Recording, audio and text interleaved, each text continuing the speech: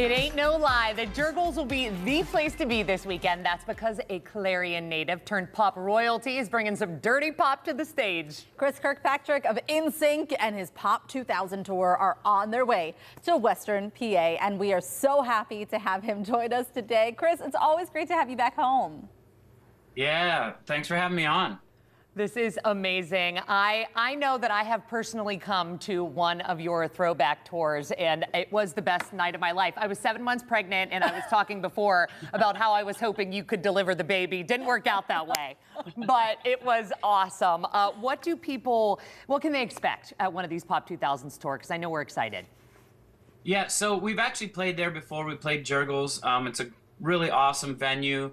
It's me, it's BB Mac, it's O-Town, it's Ryan Cabrera, it's LFO, and we basically just play all the old songs that we did, that LFO did, O-Town, and we mash them all together kind of like an old episode of TRL. Oh my goodness. Like living a dream. It is living a dream.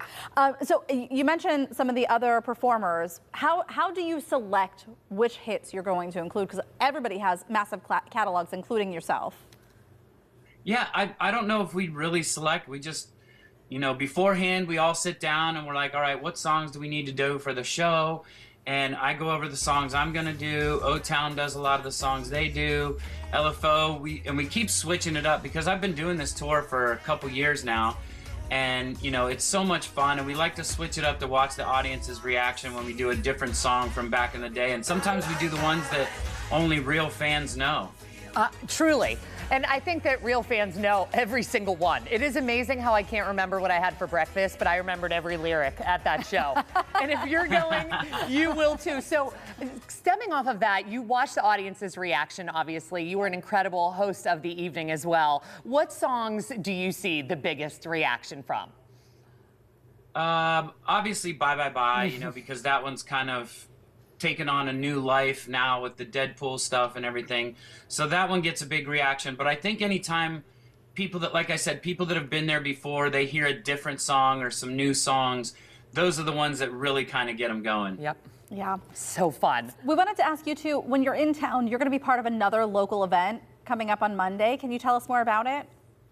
Yep. I'm playing in Cam Hayward's softball game. So I'll go do the show. I think we have another show in Hershey, then I'll be right back.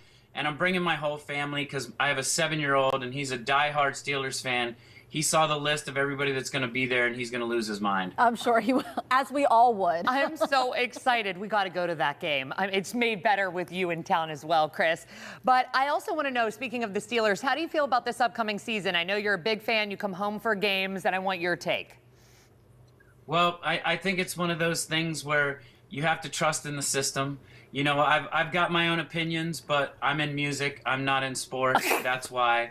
I can voice my opinions to my friends and family, and then hope that Omar Khan and the powers to be have the right guys in place. And the Minkah Fitzpatrick trade was a tough one because that hurt a little bit. I know that Najee Harris really crushed my son when we lost him, but we brought in some good guys, so we'll see what happens. Absolutely. Really we got exciting. faith.